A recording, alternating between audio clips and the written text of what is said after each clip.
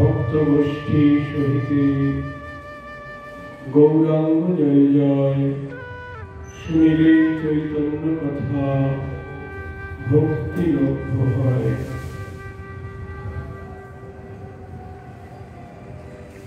অজ্ঞ পরিহারী সব উঠিল মারিতে, আছে ব্যথে সার্বভৌম পরিলা পৃষ্ঠেতে।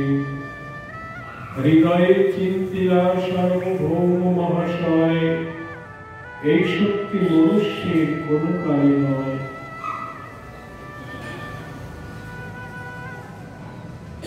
শ্রী শ্রী চৈতন্য ভাগবত গ্রন্থ অন্তঃখণ্ডের দ্বিতীয় অধ্যায়। এর আগে পর্যন্ত আমরা আস্বাদন পেয়েছি যে গৌরহরি শান্তিপুর থেকে নীলাচল অভিমুখে যাত্রা করেছেন। তারপর কমলপুর নামে একটি জায়গা, এটা নীলাচলের কাছেই, নীলাচলই বলা যায়। সেখানে এসে মহাপ্রভু দণ্ডবত করতে করতে জগন্নাথের ক্ষেত্রে এলেন, মন্দিরে।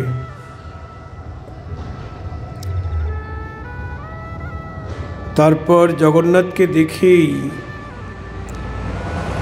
তাকে আলিঙ্গন করতে গেলেন মন্দিরে। আর আলিঙ্গন করতে গিয়ে প্রেমে মূর্ছিত হয়ে পড়লেন। তখন পাণ্ডারা, যাদেরকে পরিহারী বলে, তারা মহাপ্রভুকে পাগল ভেবে তাকে প্রহার করবার জন্য উদ্যত হল। যখনই গৌরহরিকে প্রহার করতে উদ্যত হয়েছেন, সেখানে উপস্থিত ছিলেন মহারাজ প্রতাপরুদ্রের সভাপণ্ডিত সার্বভৌম ভট্টাচার্য। সঙ্গে সঙ্গে সার্বভৌম ভট্টাচার্য আছে ব্যথে সার্বভৌম পরিলা পৃষ্ঠেতে, মহাপ্রভুর পিঠের উপরে সার্বভৌম ভট্টাচার্য পড়ে গেলেন।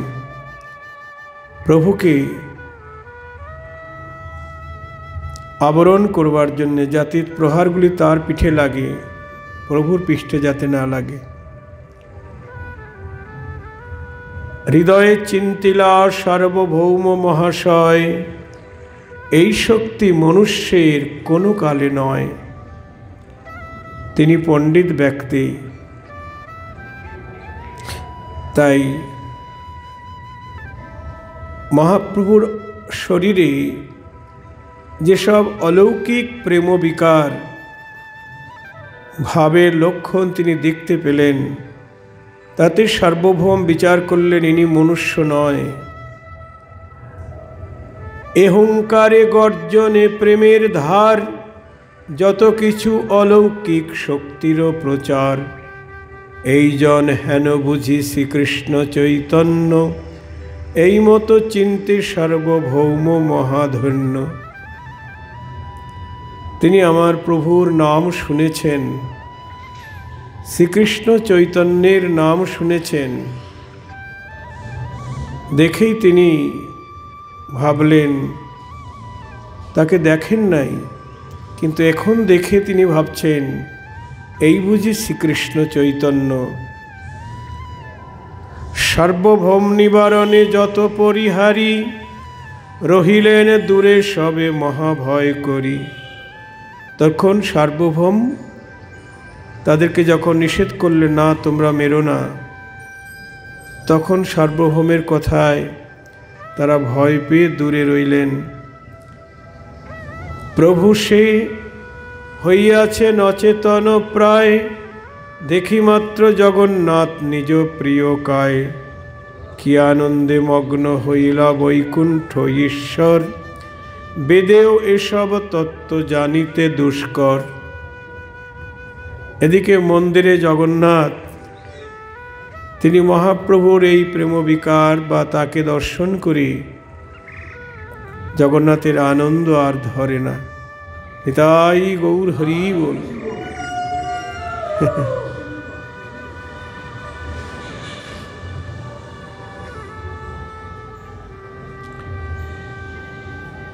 সেই প্রভু গৌরচন্দ্র চতুর্ভুহ রূপে আপনে বসিয়াছেন সিংহাসন সুখে।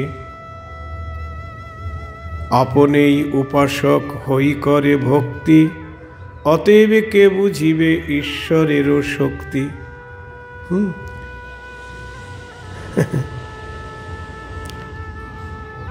আপনেই জগন্নাথ চতুর্ভুহ ধরি, মানে চারি মূর্তি ধরি তিনি সিংহাসনে বসে আছেন। জগন্নাথ, বলরাম, সুভদ্রা এবং সুদর্শন, এ তো জগন্নাথেরই রূপ। তাই বলছেন যে আপনি সেই প্রভু গৌরচন্দ্র চতুর্ভুহ রূপে আপনে বসিয়া আছেন সিংহাসন সুখে। যেই গৌর সেই জগন্নাথ। বৈষ্ণব কবি বাসুদেব ঘোষ বলছেন, বাসুদেব ঘোষে কহে জুরি দুই হাত, যেই গৌর সেই কৃষ্ণ সেই জগন্নাথ। নিতাই গৌর হরি বল।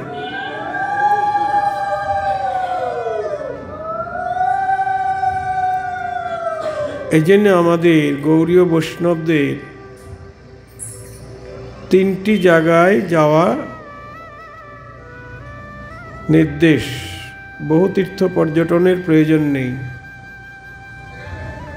নবদ্বীপ মানে গৌরাঙ্গের লীলাভূমি যেগুলি, বা লীলা পরিকরগণ যেখানে তারা অবস্থান করেছেন, প্রথম হলো নবদ্বীপ ধাম, আর দ্বিতীয় নীলাচল মানে পুরী ধাম, আর তৃতীয় শ্রীধাম বৃন্দাবন। এই তিনটি জায়গায় আমাদের গতাগতি। এটা আমার গৌর গোবিন্দের লীলাভূমি। ভারতবর্ষে তো অসংখ্য অনন্ত তীর্থস্থান। নরোত্তম ঠাকুর বলছেন, তীর্থযাত্রা পরিশ্রম, কেবল মনের ভ্রম, সর্বসিদ্ধি গোবিন্দচরণ। তীর্থযাত্রা তো পরিশ্রম, তাই না? পাহাড় পর্বতে উঠতে হয়, অনেক পরিশ্রম। এই জন্য ঠাকুরমশাই বলছেন, তীর্থযাত্রা পরিশ্রম, সকল মনের ভ্রম, সর্বসিদ্ধি গোবিন্দচরণ। তবে এই তিনটি লীলাস্থলিতে আমাদের যেতে বলছেন কেন? না, এটা লীলাস্থলী, গৌর গোবিন্দের লীলাস্থলী। এখানে গেলে ভক্তি লাভ হবে, এখানে গেলে গৌর গোবিন্দের ভক্তের সঙ্গ লাভ হবে।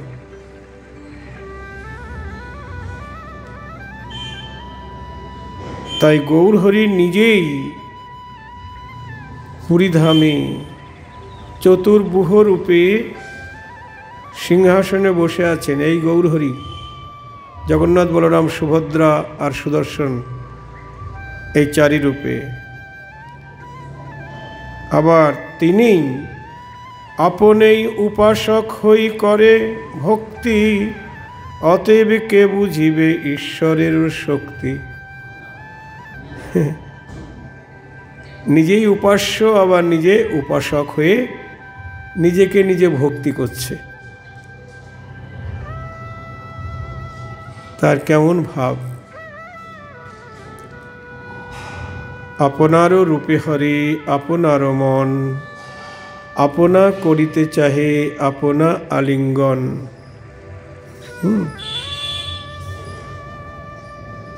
যেই গৌর সেই কৃষ্ণ সেই জগন্নাথ। কৃষ্ণ যখন বৃন্দাবনী, তখন তিনি রত্ন নির্মিত দেয়ালের সামনে গিয়ে দাঁড়িয়েছেন। রত্ন নির্মিত দেয়াল, আর সেই দেয়ালে নিজের প্রতিবিম্ব, নিজের ছায়ামূর্তি দেখে পাগল হয়ে গেছে। যেমন আয়নাতে আমরা নিজেকে নিজে দেখতে পাই, তেমনি মণিময় বা রত্নময় দেয়াল, তো সেই দেয়ালের মধ্যে নিজের প্রতিবিম্ব পড়েছে। তখন নিজের প্রতিবিম্ব দেখে নিজে আত্মহারা হয়ে গেছে, পাগল হয়ে গেছে, নিজের রূপ দেখে নিজেই পাগল হয়ে গেছে। নিতাই গৌর হরি বল। দর্পণাদ্যে দেখি যদি আপন মাধুরী, আস্বাদিতে লোভ হয় আস্বাদিতে নারী।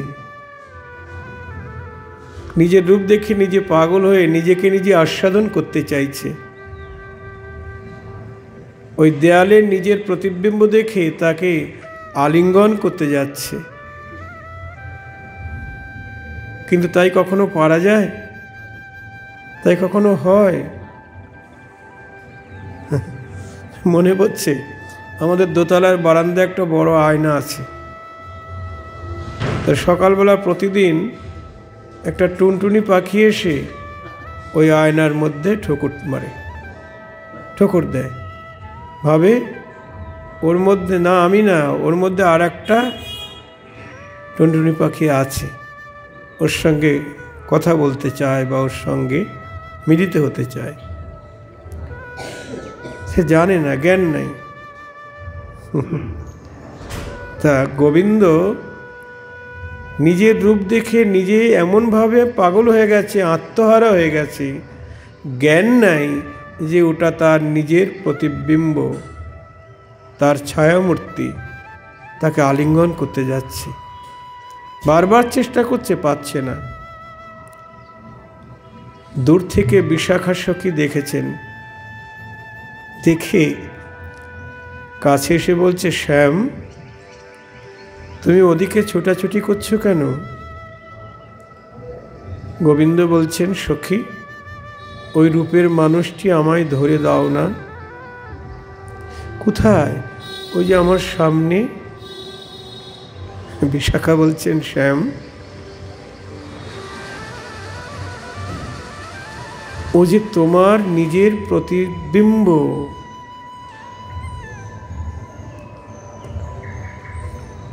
তোমারই প্রতিবিম্ব, তোমার ছায়ামূর্তি। হ্যাঁ, আমার নিজের প্রতিবিম্ব। বিশাখা, আমি এত সুন্দর যে আমাকে দেখে আমি পাগল হয়ে যাচ্ছি, আমার জ্ঞান নাই ওটা আমার নিজের প্রতিবিম্ব। আমি এত সুন্দর কবে হলাম, আপনা দেখি আপনি ভুলি। আমি এত সুন্দর কবে বা হলাম, আপনা দেখি আপনি ভুলি। আমার রাধারানী ভুলবে না কেন, আপনা দেখি আপনি ভুলি। আমি এত সুন্দর কবে বা হলাম।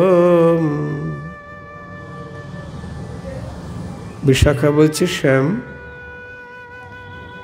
তুমি যে কত সুন্দর, তোমাকে তো তুমি দেখতে পাও না, তোমাকে তুমি আস্বাদন করতে পারো না। তোমাকে যারা দেখে, ব্রজবাসীরা সবাই দেখে, তার মধ্যে ব্রজগোপীরা তোমাকে দুই নয়নে দেখে তাদের স্বাদ মেটে না। বিধাতার কাছে তারা কোটি কোটি নয়ন চায়। তারা বলে, এক অঙ্গে এত রূপ দুই নয়নে না ধরে। তোমার এক অঙ্গে এত রূপ তারা দুই নয়নে আস্বাদন করতে পারে না, এক অঙ্গের মাধুরী। তাই বিধাতার কাছে তারা কোটি নয়ন চায়। বিধিকে বলে, হে বিধি, তুমি বড় নিষ্ঠুর, তুমি বড় অরসিক। যারা কৃষ্ণরূপ দর্শন করবে তাদের কেন দুটি নয়ন দিয়েছ? রাধারানী বলছেন সখীদের কাছে, কোটি আখি নাহি দিল, সবে দিল দুই। তাহাতে নিমেষ দিল কি দেখিব মই। বিধাতা কেন কোটি আঁখি দিল না? যদিও বা দুটি নয়ন দিয়েছে, তাতে আবার পলক দিয়েছে, যে পলকে কৃষ্ণ দর্শনে বিঘ্ন সৃষ্টি করে। এক পলক না দেখলে মনে হয় কত যুগ দেখি না। নিতাই গৌর হরি বল।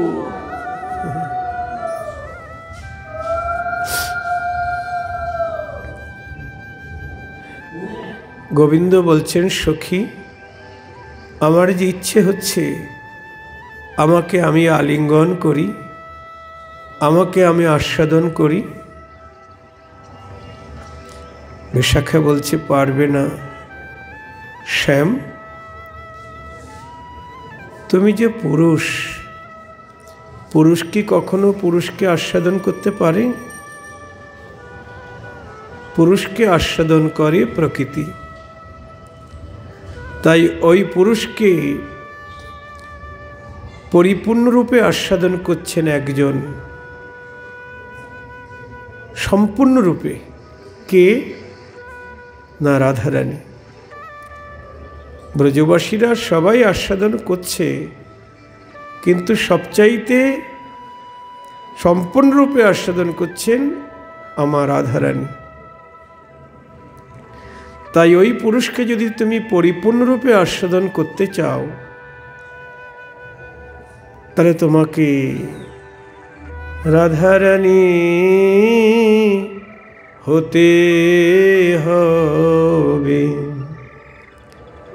রাধার ভাব কান্তি লয়ে তোমায় রাধারানী হতে হবে।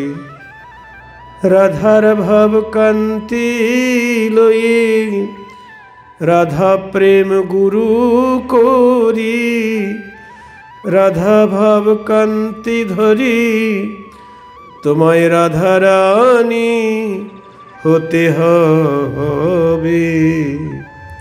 শ্যাম, তুমি যতক্ষণ রাধা না হতে পারবে, ততক্ষণ কৃষ্ণের রূপ, রস, গন্ধ, শব্দ, স্পর্শ পরিপূর্ণরূপে আস্বাদন করতে পারবে না। জয় রাধে। আমরাও যদি কৃষ্ণ মাধুর্য, কৃষ্ণের রূপ, রস, গন্ধ, শব্দ, স্পর্শ আস্বাদন করতে চাই, আমাদের কি হতে হবে গো? রাধা না, রাধা আমরা কোনোদিনই কেউ হতে পারবো না। হ্যাঁ, তবে আমাদের রাধা চরণের দাসী হতে হবে। জয় রাধে। রাধা দাসী হলে শুধু কৃষ্ণের রূপ রস নয়, রাধা কৃষ্ণের যুগল মাধুরী আমরা আস্বাদন করব। জয় রাধে। রাধা দাসী হলেই রাধা কৃষ্ণের যুগল রূপ, রস, গন্ধ, শব্দ, স্পর্শ আমরা আস্বাদন করতে পারব। তাহলে দেখুন,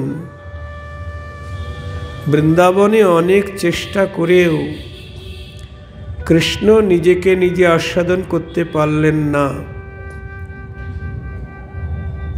তাই রাধা প্রেম গুরু করি, রাধা ভাব কান্তি ধরি নবদ্বীপে করল উদয়।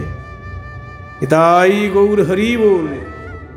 সেই কৃষ্ণ রাধার ভাব কান্তি নিয়ে রাধা প্রেম গুরু করে নবদ্বীপে উদিত হলেন। কেন? রাধার প্রেম কেমন আস্বাদন করবেন, নিজের রূপরস মাধুরী আস্বাদন করবেন, আর আমাকে ভালোবেসে আমাকে আস্বাদন করে রাধারানীর কেমন সুখ হয়, কেমন আনন্দ হয়, আমি তাই আস্বাদন করব। আমরা সবাই কৃষ্ণকে ভালোবাসি, সবাইকে ভালোবেসে একরকম সুখ হয় গো? বলুন। সবাই কৃষ্ণকে ভালোবাসে, কিন্তু সবার একরকম সুখ আনন্দ হয় না। সবাই আমরা কৃষ্ণের সেবা করছি, কিন্তু সবার একরকম সুখ হচ্ছে না। যার ভালোবাসা যত বেশি, তার সুখ আনন্দ তত বেশি। তার সবচাইতে কৃষ্ণকে বেশি ভালোবাসে কে গো? কে বাসে? হ্যাঁ, রাধারানী। এই জন্যে কৃষ্ণকে ভালোবেসে রাধার মতো সুখ আনন্দ আর কেউ পায় না।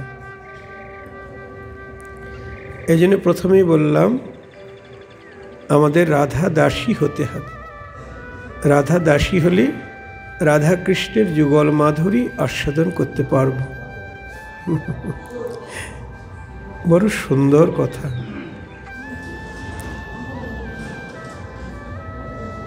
তাই আমার গৌরহরি নিজেই জগন্নাথ, নিজেই বলরাম, নিজেই সুদর্শন, নিজেই সুভদ্রা,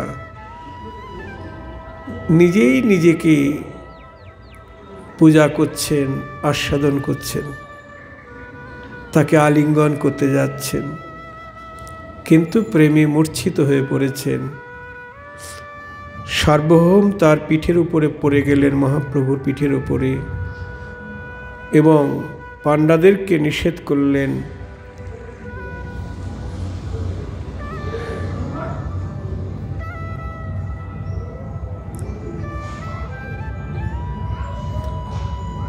আপনার তত্ত্ব প্রভু আপনে সে জানে, বেদে ভাগবতে এই মতো সে বাখানে। তথাপি যে লীলা প্রভু করেন যখনই, তাহি কহে বেদে জীব উদ্ধার কারণে। প্রভুর তত্ত্ব প্রভুই জানে, আর জানে বেদ। মগ্ন হইলেন প্রভু বৈষ্ণব আবেশে, বাহ্য দূরে গেল প্রেম সিন্ধু মাঝে ভাসি। আবরিয়া সার্বভৌম আছেন আপনি, প্রভুর আনন্দ মূর্ছা না হয় খণ্ডনী। কিন্তু প্রভুর মূর্ছা ভাঙছে না, ওই যে প্রেমে মূর্ছিত হয়ে পড়ে আছেন, সার্বভৌম তাকে আবরিয়া রেখেছেন। শেষে সার্বভৌম যুক্তি করিলেন মনে, প্রভু লই যাইবারে আপন ভবনে। সার্বভৌম চিন্তা করলেন, প্রভুকে তো এখানে রাখা যায় না, আমি নিজের বাড়িতে নিয়ে যাব। সার্বভৌম বলে ভাই পরিহারীগণ, সবে তুলি লহ এই পুরুষ রতন। সব পাণ্ডাদেরকে বললেন, ভাই তোমরা সবাই মিলে ধরাধরি করে নিয়ে প্রভুকে আমার বাড়িতে নিয়ে চলো। পাণ্ডু বিজয়ের মতো নিজ ভৃত্যগণ, সবে প্রভু কোলে করিলা গমন। তখন যেমন পাণ্ডু বিজয় করে না, পাণ্ডু বিজয় মানে জগন্নাথকে মন্দির থেকে বার করে পাণ্ডারা কি করে, জগন্নাথকে সবাই ধরাধরি করে নিয়ে রথে তোলে, ওটাকে বলে পাণ্ডু বিজয়। আজকে আমার গৌরহরিকে যখন পাণ্ডারা ধরাধরি করে নিয়ে যাচ্ছে, দেখে মনে হচ্ছে যেন পাণ্ডু বিজয় হচ্ছে। ওটা অচল জগন্নাথ, আর গৌরহরি হলেন সচল জগন্নাথ। কে বুঝিবে ঈশ্বরের চরিত্র গহন, হেনরূপে সার্বভৌম মন্দিরে গমন।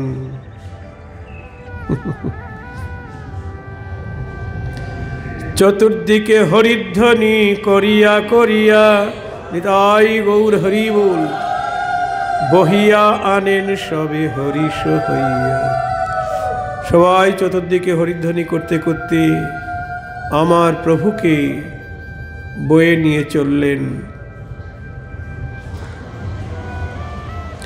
হেনই সময়ে সর্বভক্ত সিংহদারী, আসিয়া মিলিলা সবে হরিশন্তরে। প্রভুর সঙ্গে যারা এসেছিলেন তারা এতক্ষণে এসে পৌঁছালেন সিংহদ্বারে। হেন এই সময়ে সর্বভক্ত সিংহদ্বারে আসিয়া মিলিলা সবে হরিসন্তরে। পরম অদ্ভুত সবে দেখেন আসিয়া, পিপীলিকা গণে যেন অন্ন যায় লইয়া। প্রভুর ভক্তগণ দেখছেন পিঁপড়েরা, পিপীলিকা মানে পিঁপড়ে, তারা অন্নের অন্নখণ্ডকে নিয়ে যাচ্ছে। একটা পিঁপড়ে তো একটা অন্নখণ্ড নিতে পারবে না, একটা অন্ন নিতে পারবে? বহু পিপীলিকা একসঙ্গে মিলে একটা অন্নকে বয়ে নিয়ে যায়। আমার মহাপ্রভু যেন অন্ন আর পাণ্ডারা যেন পিপীলিকা, দেখে মনে হচ্ছে।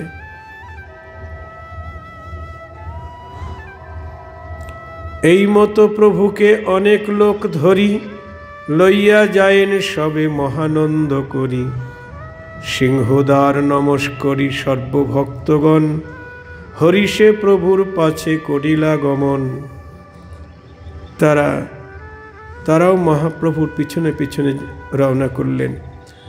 সর্বলোকে ধরি সার্বভৌমের মন্দিরে, আনিলেন কপাট পড়িল তবে দ্বারে। যখন সার্বভৌমের বাড়িতে মন্দিরে মহাপ্রভুকে নিয়ে গেলেন, বাইরে থেকে কপাট বন্ধ হয়ে গেল। প্রভুরে আনি আসিয়া যে মিলিলা ভক্তগণ, দেখি হইলা সার্বভৌম হরষিত মন। এবং প্রভুর পার্ষদগণকে দেখে সার্বভৌমের আরও আনন্দ বেড়ে গেল। যথাযোগ্য সম্ভাষা করিয়া সবাসনি, বসিলেন সন্দেহ ভাঙিল ততক্ষণে। তখন প্রভুর পার্ষদগণের সঙ্গে সার্বভৌম অনেক সম্ভাষা করতে লাগলেন। বড় সুখী হইলা সার্বভৌম মহাশয়, আর তার কিবা ভাগ্য ফলের উদয়। যার কীর্তি মাত্র সর্ববেদে ব্যাখ্যা করে, অনায়াসে সেই ঈশ্বর আইলা তার মন্দিরে। নিতাই গৌর হরি বল। বেদে যাকে অন্বেষণ করে, সেই প্রভু সাক্ষাৎ আজ সার্বভৌমের ঘরে।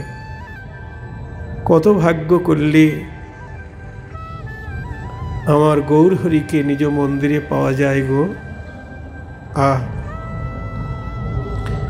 নিত্যানন্দ দেখি সার্বভৌম মহাশয়, লইলা চরণ ধুলি করিয়া বিনয়।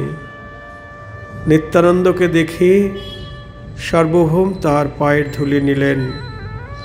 মনুষ্য দিলেন সার্বভৌম সবাসনি, চলিলেন সবে জগন্নাথ দর্শনী। আর গৌরহরির পার্ষদগণের সঙ্গে লোক দিলেন, যাও এদের সবাইকে জগন্নাথ দর্শন করাও, যাতে সুখে দর্শন করতে পারে। যে মনুষ্য যায় দেখাইতে জগন্নাথ, নিবেদন করে সে করিয়া জোরহাত। যারা জগন্নাথ দর্শন করাতে যাচ্ছে, হ্যাঁ,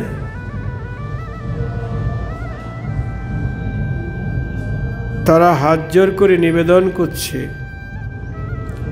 স্থির হই জগন্নাথ সবেই দেখিবা, পূর্ব গোসাইর মতো কেহ না করিবা। কি বলছেন? যাদেরকে দেখাতে নিয়ে গেছেন তাদেরকে বলছেন,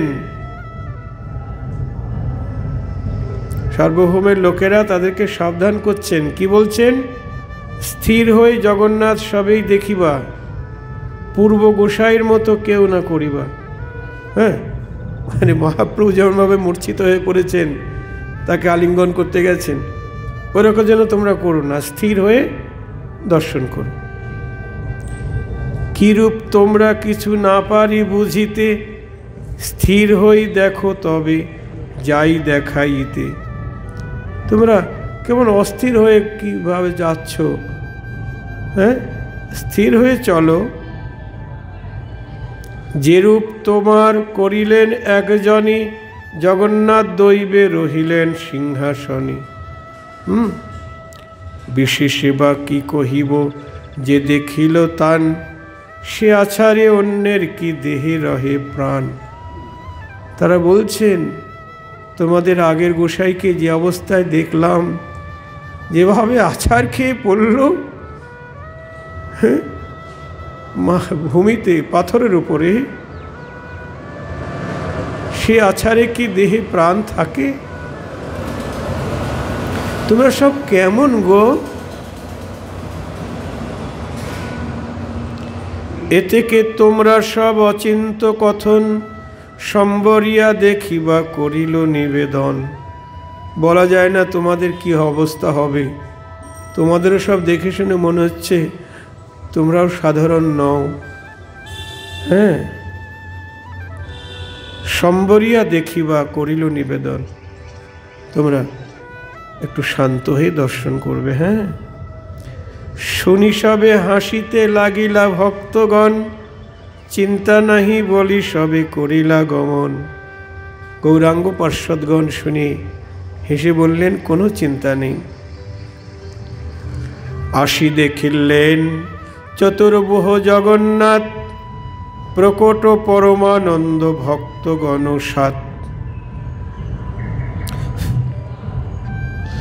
দেখি সবে লাগিলেন করিতে ক্রন্দন, দণ্ডবৎ প্রদক্ষিণ করেন স্তবন। সবাই সেকে জগন্নাথ দর্শন করছেন আর নয়ন জলে বুক ভেসে যাচ্ছে। দণ্ডবৎ করছেন, তাকে পরিক্রমা করছেন। প্রভুর গলার মালা ব্রাহ্মণ আনিয়া দিলেন সবার গলে সন্তোষিত হইয়া। সেবক কি করলেন? জগন্নাথের গলার মালা এনে সবার গলায় দিয়ে দিলেন। আজ্ঞামালা পাই সবে আনন্দিত মনে, আইলা সত্তরে সার্বভৌমের ভবনী। প্রভুর আনন্দ মূর্ছা হইলা যে মতে, বাহ্য নাহি তিলেক আছেন সেই মতে। এখনো আনন্দ মূর্ছা ভাঙে নাই। ভক্তগণ এসে দেখছেন মূর্ছিত হয়ে পড়ে আছে, আর প্রভুর পাশে সার্বভৌম ভট্টাচার্য বসে আছেন।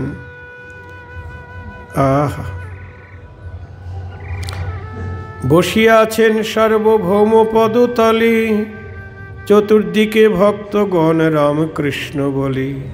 এটাই গৌর হরি বল। অচিন্ত অগম্য গৌরচন্দ্রের চরিত্র, তিন প্রহরেও বাহ্য নহে কদাচিত। তিন প্রহরেও বাহ্য জ্ঞান ফিরে আসছে না। এক প্রহর মানে 3 ঘন্টা, আর 3 প্রহর মানে কয় ঘন্টা? 9 ঘন্টা। 9 ঘন্টা হয়ে গেল, এখনো বাহ্য জ্ঞান ফেরেনি।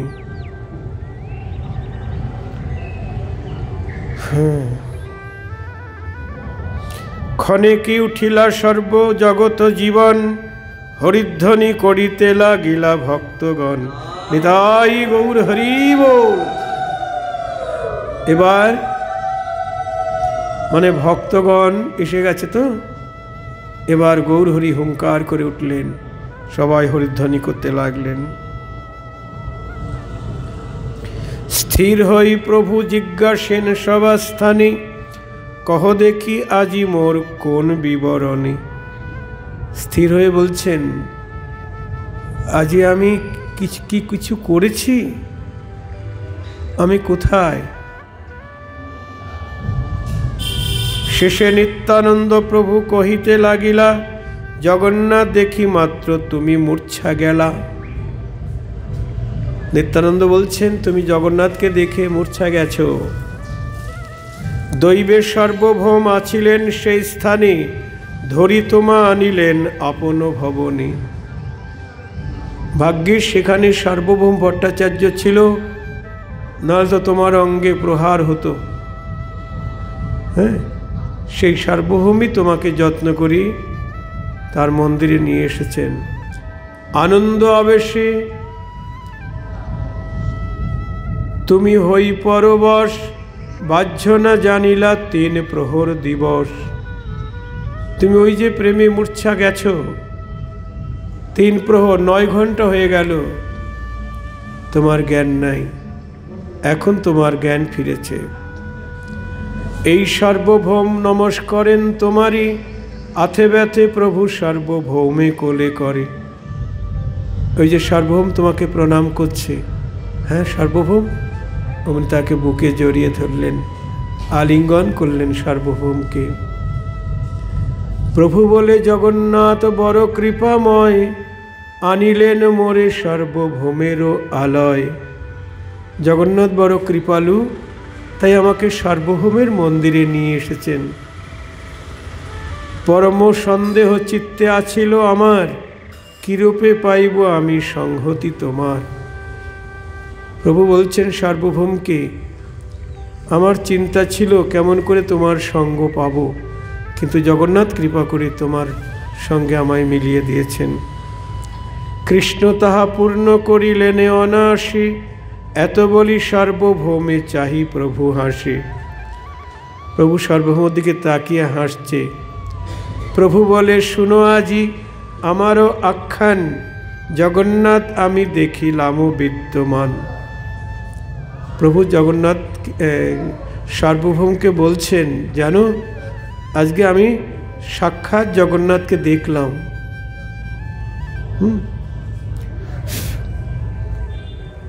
আমরা কয়জন সাক্ষাৎ জগন্নাথকে দেখতে পাই গো? জগন্নাথের বিগ্রহই দেখতে পাই, তা মনে হয় কেমন কেমন দেখতে গো। হ্যাঁ, চোখগুলি বড় বড়, হাতগুলি ভিতরে। জগন্নাথের ওই মূর্তি কেন গো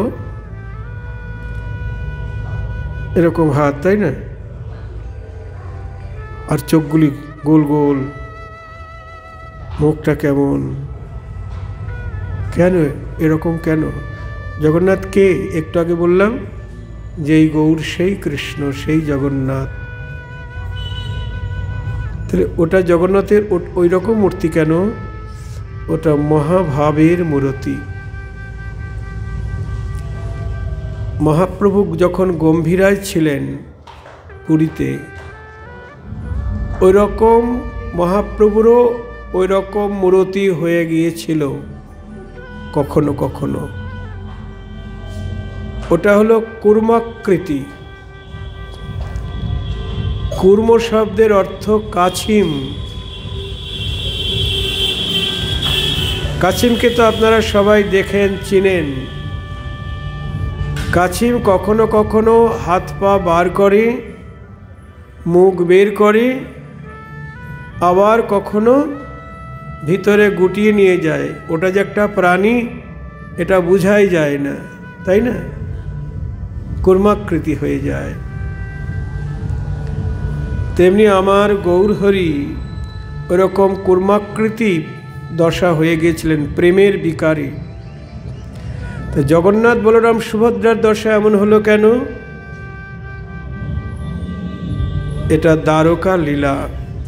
সবাই মনোযোগ দিয়ে শুনবেন, তাহলে জগন্নাথের প্রতি ভক্তি বাড়বে। যখন কৃষ্ণ দ্বারকা লীলা করছেন, একদিন কৃষ্ণ বলরাম তারা দ্বারকায় রাজকার্য পরিচালনা করছেন। এদিকে অন্তঃপুরে রোহিণী মা, তার কাছে রুক্মিণী, সত্যভামা আদি মহিষীগণ মা রোহিণীর কাছে বৃন্দাবনের মহিমা বা রাধা প্রেমের মহিমা জানতে চাইলেন, যে রাধা কৃষ্ণকে কেমন করে ভালোবাসে। জয় রাধে।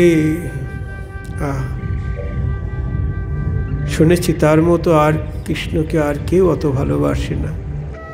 মা তুমি তো বৃন্দাবনের ছিলে, তুমি বলো। যদিও রোহিণী মা তিনি বাৎসল্য প্রেমের আধার, তবু তাদের কথায় রাজি হয়ে তিনি রাধারানীর প্রেমের কথা বলতে লাগলেন।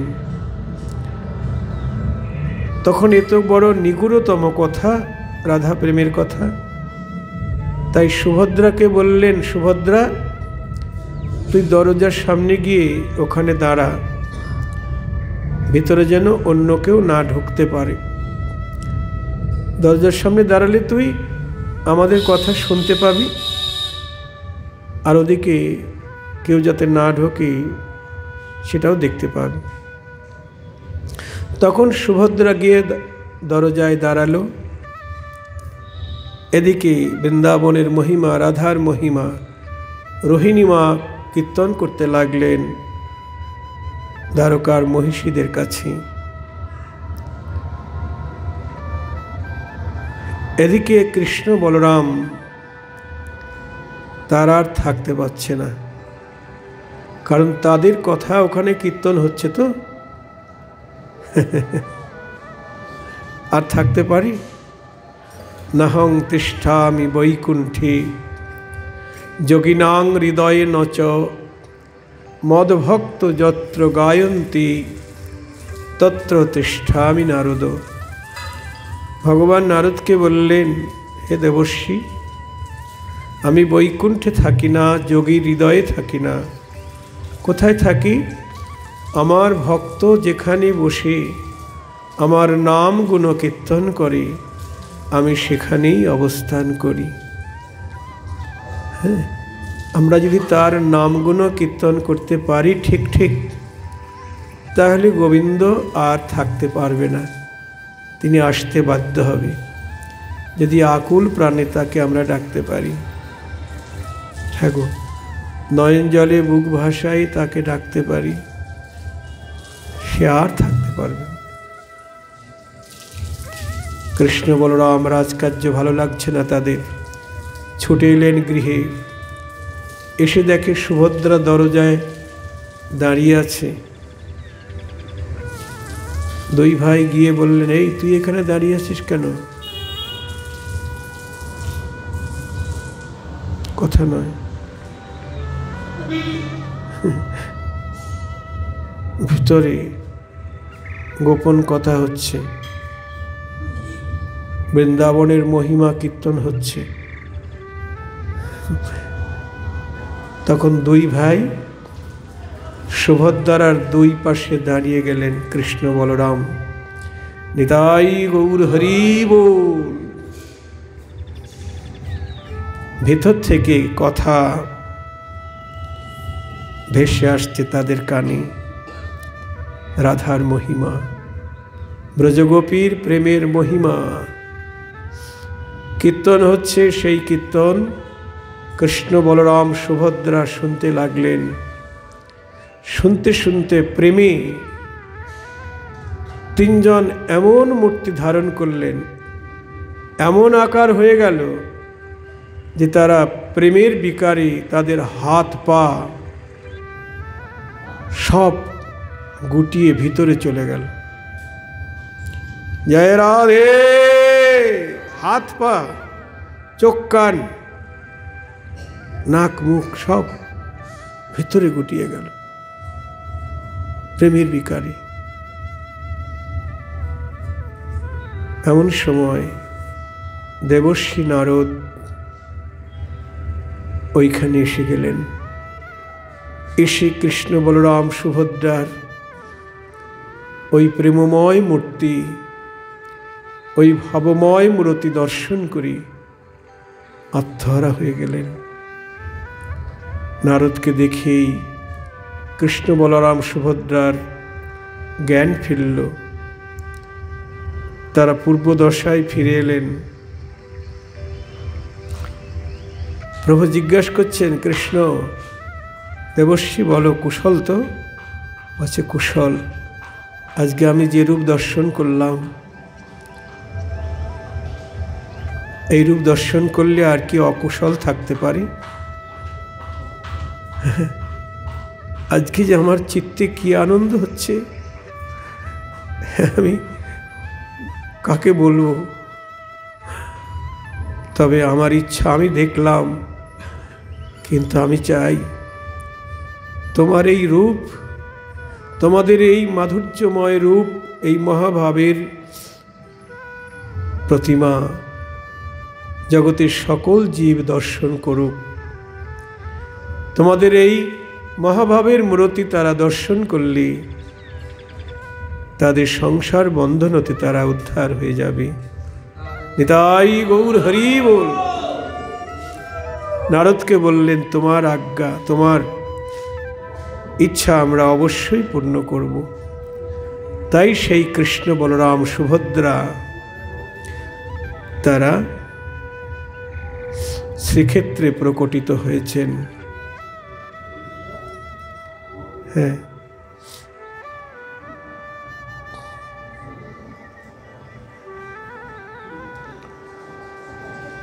তা গৌরহরি সেই জগন্নাথকে সাক্ষাৎ দর্শন করছেন। জগন্নাথের মধ্যে কৃষ্ণকে দেখছেন, জগন্নাথের মধ্যে কৃষ্ণকে দেখতে পাচ্ছেন। তিনি সার্বভৌমকে বলছেন যে, সার্বভৌম, আমি আজ সাক্ষাৎ জগন্নাথকে দর্শন করলাম। হ্যাঁ,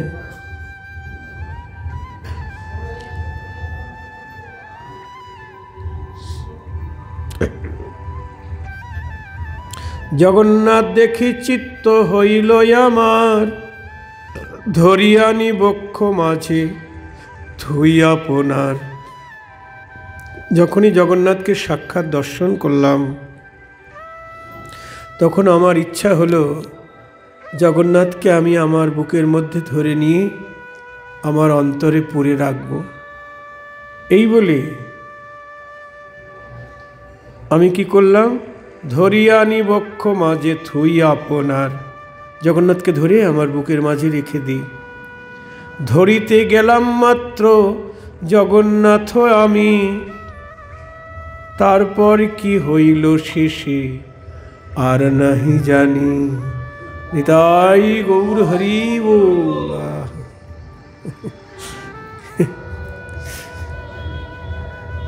জগন্নাথকে ধরতে গেলাম, তারপরে যে কি হলো আর কিছু জানি না। দৈবে সার্বভৌমাজি আছিলা নিকটে, অতএব রক্ষা হইল এ মহা সংকটে। তুমি ছিলে ওইখানে, তাই আমি রক্ষা পেলাম। আজি হইতে আমি এই বলি দাঁড়াইয়া, জগন্নাথ দেখিবাই বাহিরে থাকিয়া। নিতাই গৌর হরি বল। আজ থেকে আমি স্থির করলাম আর জগন্নাথের মন্দিরে যাব না। এবার থেকে জগন্নাথের মন্দিরের বাইরে দাঁড়িয়ে জগন্নাথকে দেখব। অভ্যন্তরে আর আমি প্রবেশ নহিব, গরুরের পাশে রহি ঈশ্বর দেখিব। দেখেছেন? আর আমরা তো একবারে জগন্নাথের রথের উপরে উঠে যাই, হরি বল। কিন্তু মহাপ্রভু জগন্নাথের মন্দিরের বাইরে যে গরুস্তম্ভ আছে, সেখানে দাঁড়িয়ে প্রতিদিন জগন্নাথ দর্শন করতেন।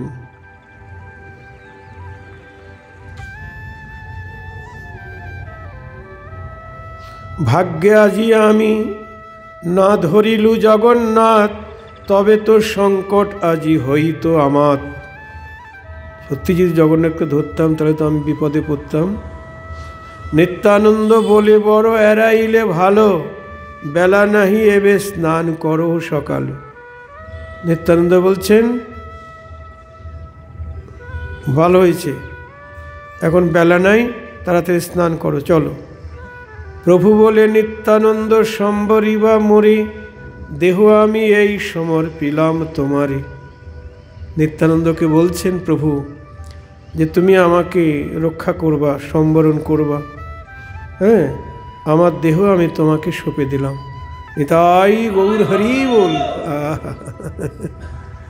আমি তোমার কাছে আমার দেহ সমর্পণ করে দিলাম। তবে কতক্ষণে স্নান করি প্রেম সুখে, বসিলেন সবার সহিত হাস্য মুখে। বহুবিধ মহাপ্রসাদ আনিয়া সত্তরে, সার্বভৌম থুইলেন প্রভুর গোচরে। জগন্নাথের প্রসাদ সার্বভৌম মহাপ্রভুর সামনে ধরলেন। মহাপ্রসাদ দেখি প্রভু করি নমস্কার, বসিলা ভঞ্জিতে লই সব পরিবার। এবার পুরীতে গিয়ে মহাপ্রসাদ নিতে পারলেই তো ভালো হয়, তাই না? কিন্তু আমরা অনেকে পুরীতে যাই, ওখানে গিয়ে আবার রান্না করে খাই। আবার যারা ট্যুরিস্টে যায়, ভ্রমণ করতে যায়, জগন্নাথের প্রসাদ তারা খায় না। তা আবার রান্না কি ভালো জিনিস রান্না করে নাকি?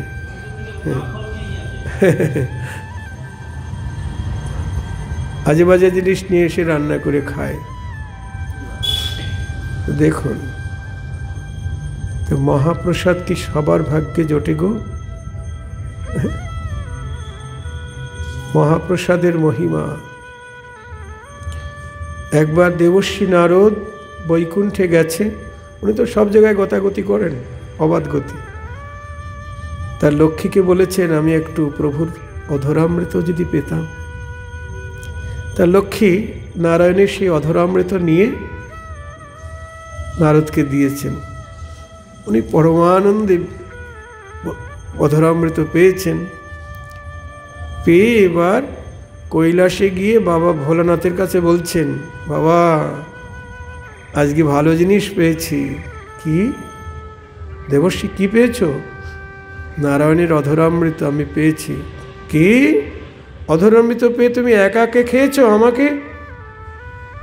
হ্যাঁ, আমার জন্য আনোনি? না, ভালো করে দেখো আছে নাকি তোমার কাছে। তো নখের মধ্যে একটু ছিল দেবর্ষী নারদের। ওইটুকু পেয়েই ভোলানাথ আনন্দে এমনভাবে নৃত্য করছেন, বসন টসন কোথায় গেল। হ্যাঁ, পার্বতী অন্তঃপুরে ছিলেন।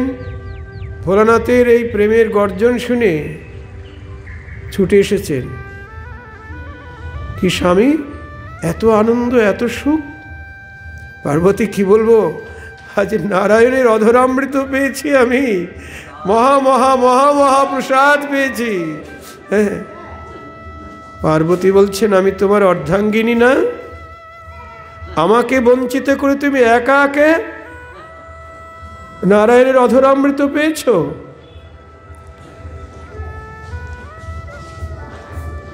আমি তোমাকে অভিশাপ দিচ্ছি, তোমার প্রসাদ আমি দূষিত করে দিলাম। তোমার প্রসাদ কেউ খাবে না। নিতাই গৌর হরি ও। শিবের প্রসাদ কেউ খাবে না, পার্বতী দূষিত করে দিলেন। জয় রাধে।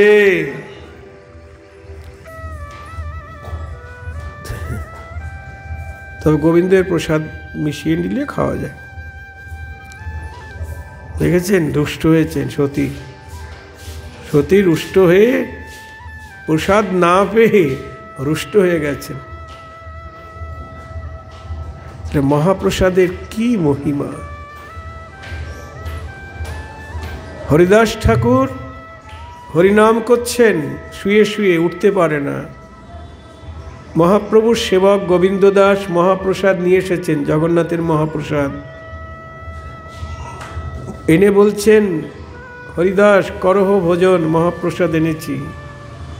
হরিদাস বলছেন, সংখ্যা কীর্তন নাহি পুরে, কেমনে খাইব? মহাপ্রসাদ আনিয়াছ, কেমনে উপেক্ষিব? এদিকে আমার হরি নামের মালা শেষ হয় নাই, আবার ওদিকে মহাপ্রসাদ। কি করি? মহাপ্রসাদ আনিয়াছ, কেমনে উপেক্ষিব?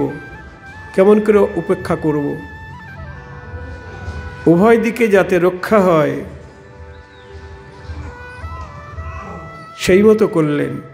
এত বলি মহাপ্রসাদ করিল বন্দন, এক রঞ্চু নিয়ে তার করিল ভক্ষণ। নিতাই গৌর হরি বল। হাতে মালা তো শেষ হয় নাই, তখন এক কণা মুখে নিলেন, নিয়ে মালা করতে লাগলেন। মহাপ্রসাদের মহিমা।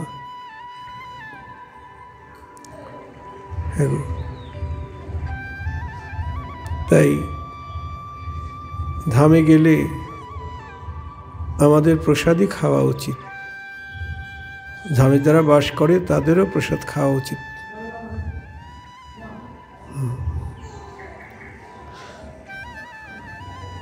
তা গৌরহরি সার্বভৌম ভট্টাচার্য জগন্নাথের প্রসাদ এনে দিলেন। তখন সপার্ষদ প্রভু সেই প্রসাদ পেতে লাগলেন।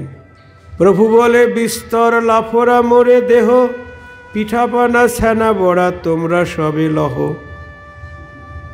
প্রভু ভোজন করছেন আর বলছেন যে আমাকে খুব লাফরা ব্যঞ্জন দাও, বিস্তর লাফরা।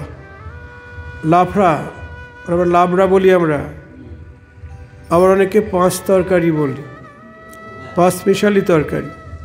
এইটা আমার মহাপ্রভুর খুব প্রিয়। জয় রাধে। কচু শাক, মোচা ঘন্ট আর লাফরা ব্যঞ্জন।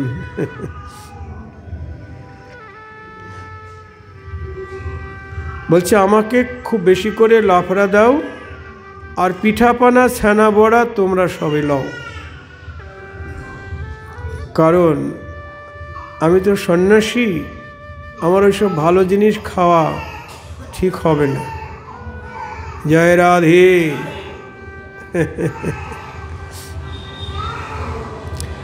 এত বলি, এই মতো বলি প্রভু মহাপ্রেম রসে, লাফরা খায়েন প্রভু ভক্তগণ হাসে। জন্ম জন্ম সার্বভৌম প্রভুর পার্ষদ, অন্যথা অন্যের নাহি হয় সম্পদ। সুবর্ণ থালিতে অন্ন আনিয়া আপনি, সার্বভৌম দেন প্রভু করেন ভোজনী। সোনার থালায় সার্বভৌম প্রভুর জন্যে অন্ন ব্যঞ্জন এনে দিলেন।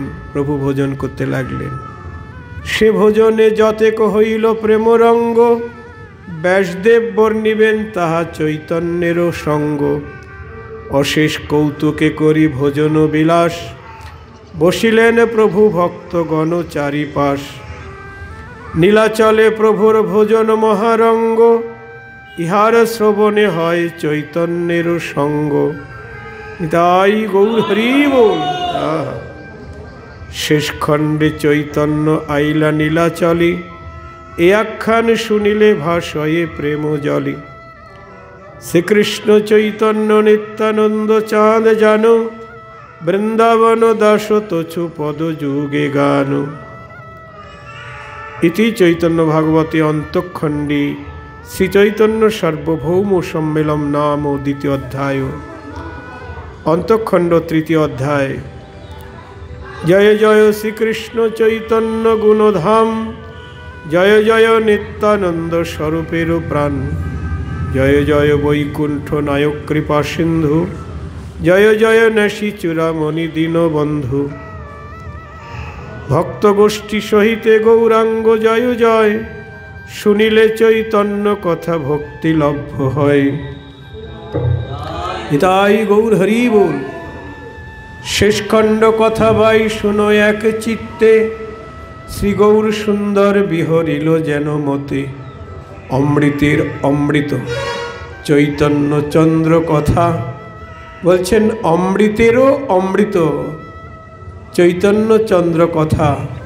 ব্রহ্মা শিব যে অমৃত বাঞ্ছেন সর্বথা। ভগবানের কথা অমৃতেরও অমৃত চৈতন্যের কথা, অমৃতকে হার মানিয়ে দেয়। অতএব চৈতন্য কথার শ্রবণে সবার সন্তোষ হয়, দুষ্টগণ বিনে। বলছেন চৈতন্য কথা শুনলে সুখ হয় কাদের গো? যারা ভক্ত। কিন্তু যারা দুষ্ট তাদের কি সুখ হয়? যারা দুষ্ট, নিন্দুক, পাষণ্ডী তাদের সুখ হয় না। শুনো শেষ খণ্ড কথা চৈতন্য রহস্য, ইহার শ্রবণে কৃষ্ণ পাইয়ে অবশ্য। হেনমতে শ্রীগৌর সুন্দর নীলাচলে, আত্মসঙ্গোপন করি আছে কুতূহলী। গোপনে রয়েছেন সার্বভৌমের মন্দিরে, সবাই জানতে পারছে না। যদি তিহ ব্যক্ত না করেন আপনারি, তবে কার শক্তি আছে তারে জানিবারি। দৈবে একদিন সার্বভৌমের সহিতে, বসিলেন প্রভু তারে লইয়া নির্ভিত্তে। একদিন প্রভু সার্বভৌমকে নিয়ে নিভৃতে বসলেন। প্রভু বলে, শুনো সার্বভৌম মহাশয়, তোমারে কহিয়া আমি আপন হৃদয়। সার্বভৌম, আমার অন্তরের কথা তোমাকে বলি, শোনো। জগন্নাথ দেখিতে যে আইলাম আমি, উদ্দেশ্য আমার মূল এথা আছো তুমি। বলছেন, আমি যে জগন্নাথ দর্শন করতে এসেছি, আমার মুখ্য উদ্দেশ্য কি জানো? তোমার সঙ্গে মিলিত হওয়া। হ্যাঁ, জগন্নাথ আমারে কি কহিবেন কথা, তুমি সে আমার বন্ধ ছিন্ডিবে সর্বথা। জগন্নাথ আমার সঙ্গে কথা বলবে না, আর তোমার সঙ্গে আমার কথা হলে আমার সংসার বন্ধন ছিন্ন হবে। নিতাই গৌর হরি বল। আহা, তোমাতে সে বৈশে কৃষ্ণের পূর্ণ শক্তি, তুমি সে দিবারে পারো কৃষ্ণ প্রেম ভক্তি। তোমার মধ্যে কৃষ্ণ অবস্থান করছেন, তাই তুমি আমাকে কৃষ্ণ প্রেম ভক্তি দিতে পারো। এতে কি তোমার আমি লইলু আশ্রয়, তাহা করো যে রূপে আমার ভালো হয়। আমি তোমার আশ্রিত, আমার যেটা ভালো হয় তুমি তাই করো। কি বিধি করিমু মই, থাকিমু কি রূপে, কেমতে বা পরিমই এ সংসার কূপে। তুমি আমাকে বলে দাও, আমাকে বিধান দাও, আমি কেমনভাবে থাকবো, কিভাবে চলবো। হ্যাঁ, সর্বোপদেশ মোরে কহ আমায়, তোমারই সে আমি ইহা জানো সর্বথায়। নিতাই গৌর হরি বল। দেখুন, যিনি সবার প্রভু, যিনি সর্বজ্ঞ, সর্বভূত অন্তর্যামী, সর্বতত্ত্ববেত্তা, তিনি সার্বভৌমের কাছে বলছেন, আমি তো কি করব বিধিবিধান কিছু জানি না, তুমি আমায় বিধান দাও।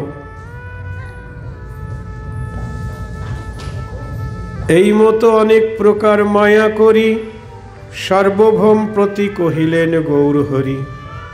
না জানিয়া সার্বভৌম ঈশ্বরেরও মর্ম, কহিবারে লাগিলা জীবের যত ধর্ম।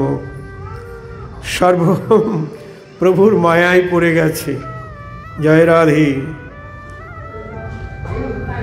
তখন জীবের কি ধর্ম কর্ম করা প্রয়োজন, মহাপ্রভুকে সার্বভৌম সেই কথা বলছেন।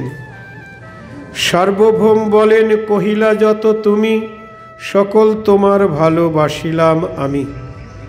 তুমি যা কিছু জানতে চাইছো, খুব ভালো জিনিস জিজ্ঞাসা করেছ। যে তোমার হইয়াছে ভক্তির উদয়, অত্যন্ত অপূর্ব সে কহিল কভু নয়। তোমার যে ভক্তি আমি দেখলাম, তাতে অত্যন্ত অপূর্ব, এ কহিবার নয়। বড়ই কৃষ্ণের কৃপা হইয়াছে তোমারই, সবে একখানি করিয়াছ অব্যবহারে। তোমার সবই ঠিক আছে, কিন্তু একটা তুমি অব্যবহার করেছো, মানে ঠিক করনি। পরম সুবুদ্ধি তুমি হইয়া আপনি, তবে তুমি সন্ন্যাস করিলা কি কারণ? এই অল্প বয়সে তোমার এই সন্ন্যাস নেওয়াটা উচিত হয়নি। নিতাই গৌর হরি বল।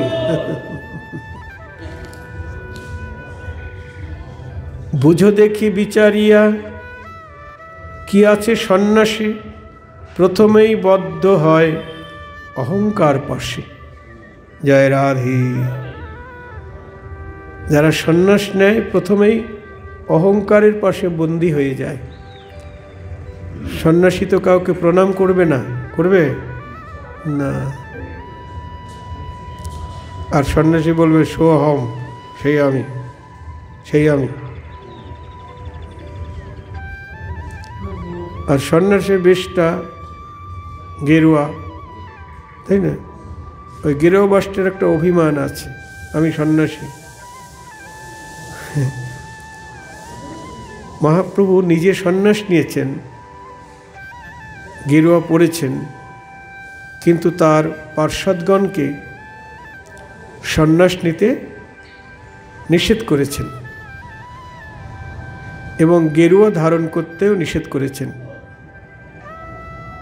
কলিযুগে সন্ন্যাসে সংসার নাহি যিনি, সত্য সত্য সত্য ইহা চৈতন্যের বাণী। নিজে বলেছেন গৌরহরি, কলিযুগের সন্ন্যাসে সংসারকে জয় করা যাবে না, নিষেধ করেছেন শাস্ত্রে। অশ্বমেধ গোপালম্বম। তারপর দেবরেণ পলপত্রিকম, দেবরেণ সুতৎপত্তি, আর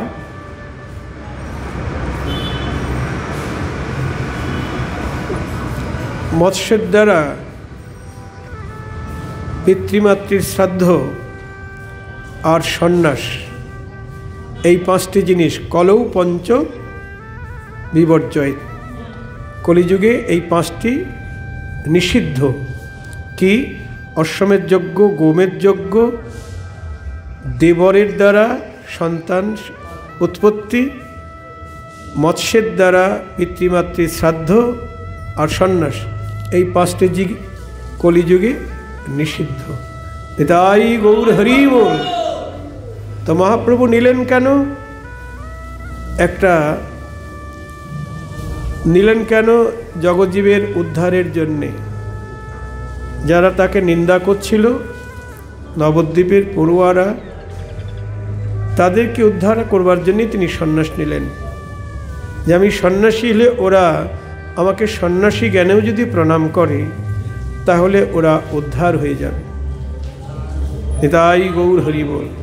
এই জন্য সন্ন্যাস নিয়েছেন বটে, কিন্তু সন্ন্যাসীর ধর্মকর্ম উনি করেন নাই। উনি করেছেন ভাবুকের ধর্ম, প্রেমের ধর্ম আচরণ করেছেন, প্রচার করেছেন। এই জন্য তো প্রকাশানন্দ সরস্বতী তাকে বলেছিলেন যে চৈতন্যদেব, তুমি কেমন সন্ন্যাসী গো? সন্ন্যাসীর ধর্ম বেদ অধ্যয়ন করা, এক আসনে বসে শূদ্রকে আলিঙ্গন করা নিষেধ, আর তুমি কি করছো?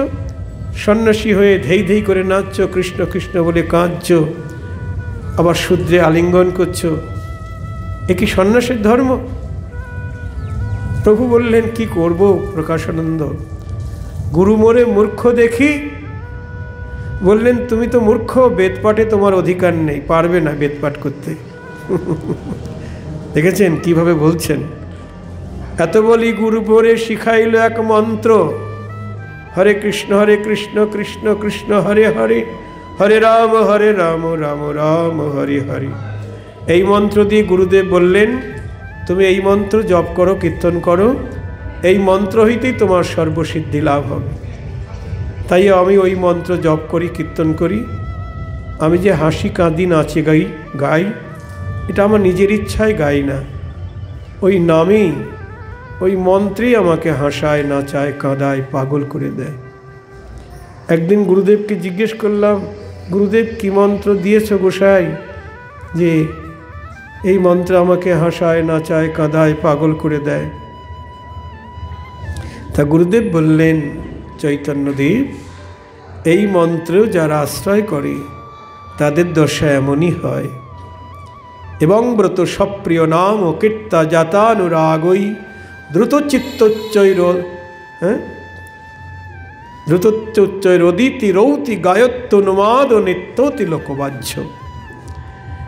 কৃষ্ণের অনন্ত নামের মধ্যে কৃষ্ণ নাম তার অতি প্রিয়।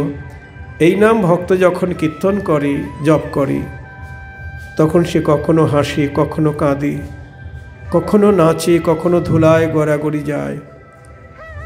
সে স্থির থাকতে পারে না। এটা নামের স্বভাব। নিতাই গৌর হরি বল। তাই আমরা গৌরাঙ্গের যারা পার্ষদ, প্রধান পার্ষদ, গোস্বামীগণ তাদের কিন্তু কারো ওই সন্ন্যাস নেই। সন্ন্যাস একটা আছে, সেটা কাঙাল বেশ।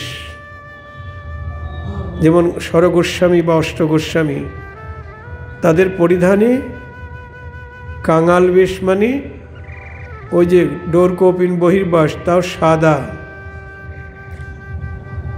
যখন সনাতন গোস্বামী কাশীধামে এলেন নবাব হোসেন শাহের দরবার থেকে পালিয়ে, তারপর মহাপ্রভু তাকে বললেন ভদ্রবেশ করাও একে, মানে মস্তক মুন্ডন করো, দাড়ি টাড়ি সব মুন্ডন করে স্নান করে আসলেন। সনাতন গোস্বামী চন্দ্রশেখরকে বললেন তোমার একটা পুরাতন বস্ত্র আমারে দাও। নতুন বস্ত্র চাইলেন না, চন্দ্রশেখর একটি বস্ত্র দিলেন। সেই বস্ত্র ছিঁড়ে ডোর কপিন এবং বহির্বাস তৈরি করলেন, করে ওই যে বেশ ধারণ করলেন।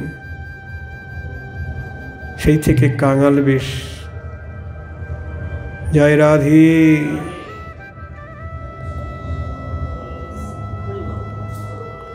তার সার্বভৌম বলছেন তুমি একটা কাজ খুব ভুল করেছ। কি? এই যে সন্ন্যাসী হয়েছ, এটা ভালো কাজ করনি। সন্ন্যাস নিলেই প্রথমে বদ্ধ হয় অহংকার পাশে। আমি সন্ন্যাসী, ত্রিদণ্ডী স্বামী, নামগুলি দেখেন না কেমন, ত্রিদণ্ডী স্বামী অমুক মহারাজ, তার মানে অভিমানের। এই জন্য অভিমানীর আমাদের ধর্ম নয়, কাঙাল হতে হবে, কাঙাল সাজতে হবে। নিত্যানন্দ তো মহাপ্রভু দণ্ডটা ভেঙে ফেললেন, ভেঙে ফেলছে না, এর আগে আলোচনা হয়েছে। হ্যাঁ, দণ্ডধরি মহাজ্ঞানী হয় আপনারে, কাহারেও বলো হস্ত জোর নাহি করে। দণ্ড ধারণ করে, হাতে তো দণ্ড থাকবে, হাত জোর করবে কি করে? জয় রাধে। যার পদধূলি লইতে বেদের বিহিত, হেনজন নমস্করে তবু নহে ভীত। বলছে যার পায়ের ধুলি দেবতার নিতে কামনা করে, সে এসে পায়ে পড়ে, কিন্তু তার দিকে হাত জোর করে না, ভীত হয় না। সন্ন্যাসীর ধর্ম বা বলিব সেহ নহে, বুঝো এই ভাগবতে তোমা হেন যেন মতো কহি। ভাগবতে বলছেন প্রণম দণ্ড বদ ভূমা, ভূমা বা আচণ্ডাল গোখরম, প্রবিষ্ট জীব কলয়া তত্রৈব ভগবানিতি। ভাগবতে বলছেন অন্তর্যামী পরমাত্মা রূপে সকল জীবের মধ্যেই ভগবান বিরাজিত। এইরূপ মনে করি কুকুর, চণ্ডাল, গো এবং গর্ধব পর্যন্ত জীবমাত্রকেই ভূমিতে দণ্ডবৎ পতিত হইয়া প্রণাম করিবে। জয় রাধে। কি বলছেন ভাগবতে? যে সমস্ত জীবের মধ্যেই প্রভু আছেন, কীট পতঙ্গ, পশু পাখি, মানুষ, সবার মধ্যে তিনি আছেন। এই জন্যে কুকুর, চণ্ডাল, গরু, গাধা সমস্ত জীবমাত্রকেই ভূমিতে দণ্ডবৎ পতিত হইয়া প্রণাম করিবে। ভূমিতে পতিত হয়ে দণ্ডবৎ মানে লাঠির মতো পড়ে যেতে হবে। ভাবা যায় আমরা ভগবানের ভক্ত বৈষ্ণবকেই দণ্ডবৎ করতে পারি না। মহাপ্রভু নিজে বলেছেন জীবের সম্মান দিবে জানি কৃষ্ণ অধিষ্ঠান।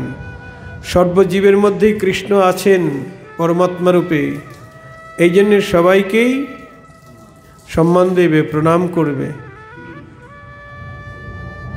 প্রণাম দূরের কথা, আমরা প্রাণীকে হত্যা করছি প্রতিদিন। কত প্রাণী হত্যা করছি গো, যদি জ্ঞান থাকে এর মধ্যে ভগবান আছে, এই মশাটা অনায়াস এই মেরে দিচ্ছে। যদি মনে করি এই শাস্ত্রের কথা, মহাপ্রভুর বাক্য, যে প্রত্যেক প্রাণীর মধ্যেই ভগবান বিরাজ করছেন, তাহলে আর মারতে পারবো না, তাহলে আর মারতে ইচ্ছে করবে না গো। সাধু সাবধান। হরি বল। একজন বেদ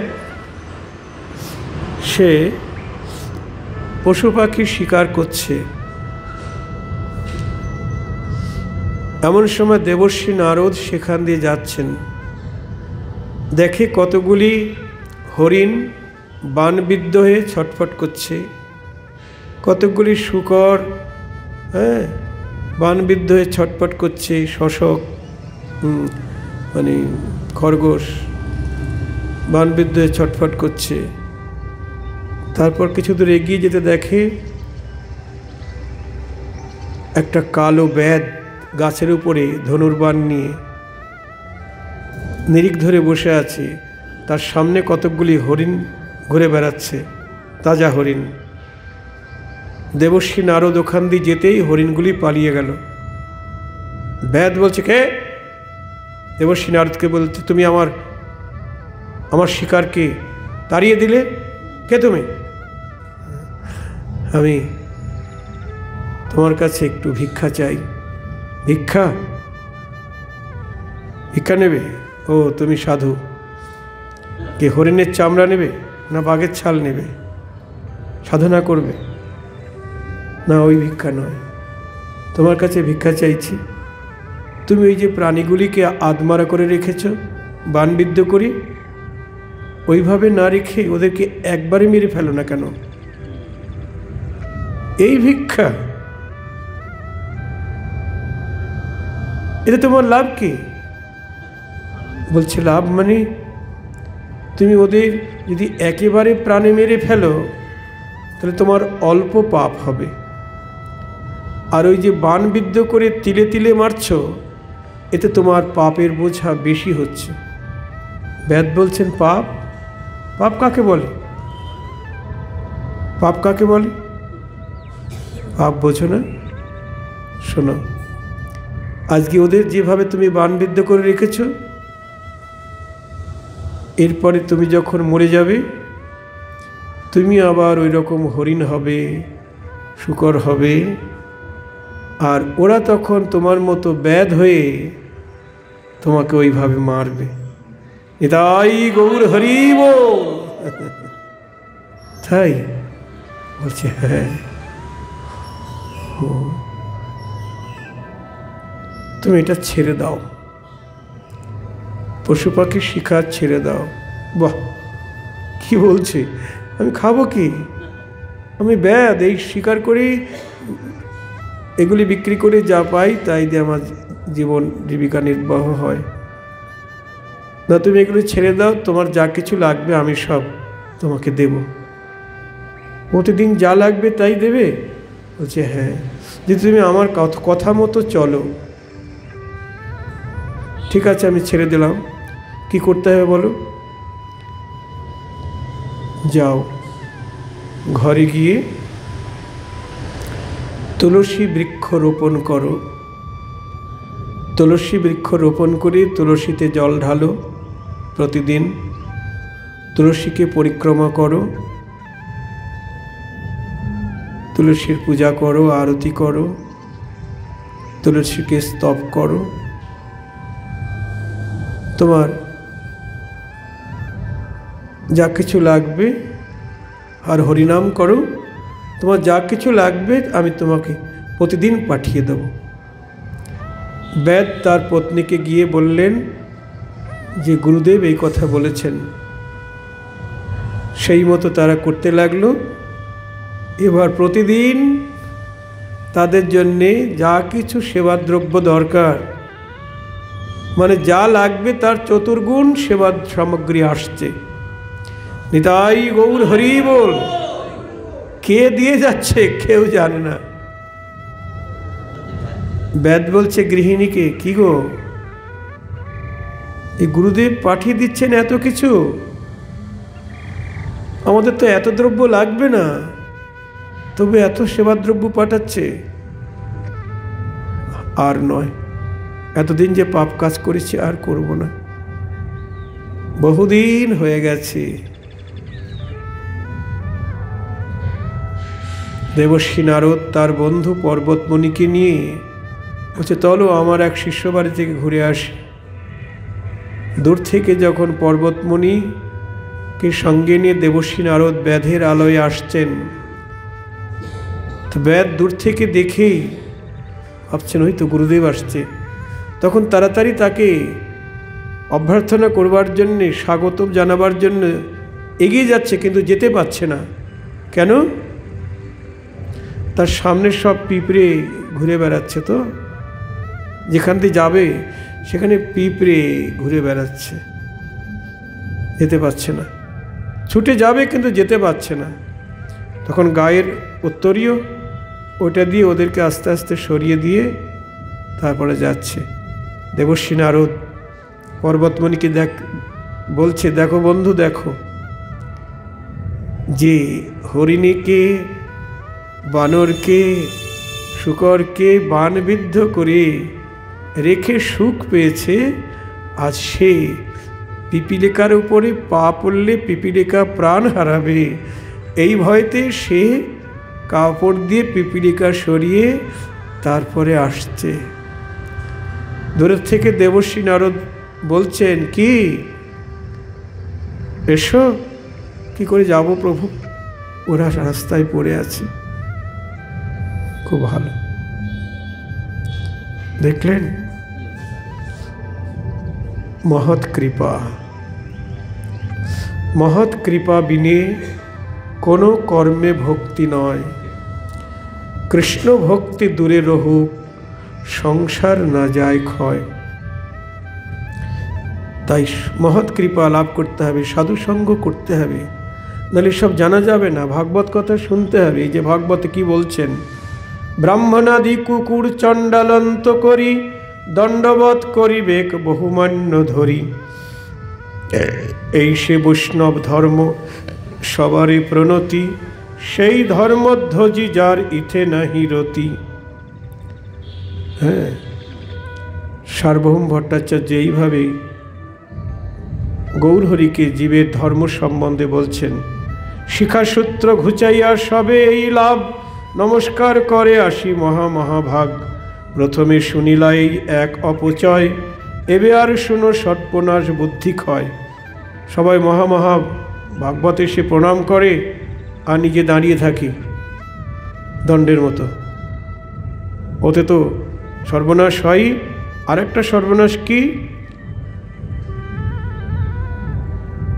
জীবের স্বভাব ধর্ম ঈশ্বর ভজন, তাহা ছাড়ি আপনাকে বলে নারায়ণ। মানে সব অন্যান্য মার্গের সন্ন্যাসীর কথা বলছেন আর কি, যারা ব্রহ্মজ্ঞানী, নিরাকার নির্বিশেষ ব্রহ্মজ্ঞানী, তারা কি বলছেন? বলছেন জীবের স্বভাব ধর্ম ঈশ্বর ভজন, ঈশ্বরের সেবা করা, আর তা ছেড়ে তারা বলে আমি নারায়ণ, সোহম, সেই আমি, ব্রহ্মস্মি, আমি ব্রহ্ম। গর্ভবাসে যে ঈশ্বর করিলেন রক্ষা, যাহার প্রসাদে হইল বুদ্ধি জ্ঞান শিক্ষা। যার দাস্য লাগি শেষ অজভব রমা, পাইয়াও নিরবধি করেন কামনা। সৃষ্টিস্থিতি প্রলয় যাহার দাসে করে, লাজ নাহি হেন প্রভু বলে আপনারে। নিদ্রা হইলে আপনায় কে ইহাও না জানি, আপনারে নারায়ণ বলে হেন জানি। জগতের পিতা কৃষ্ণ সর্ববেদে কহে, পিতারে যে ভক্তি করে সে পুত্র হয়ে। জগতের পিতা কৃষ্ণ সর্ববেদে বলে, সেই পিতাকে যে ভক্তি করে সেই সুপুত্র হয়। এই জন্যে মানে সার্বভৌমের মুখ দিয়ে আমার গৌরহরি ঈশ্বরের তত্ত্ব কথা বললেন। আজকে এখানেই কথার বিশ্রাম দিচ্ছি। শ্রীকৃষ্ণ চৈতন্য নিত্যানন্দ চাঁদ জানো, বৃন্দাবন দাস তোছ পদ যুগে গান। নিতাই গৌর হরি, গৌর নিতাই গৌর হরি।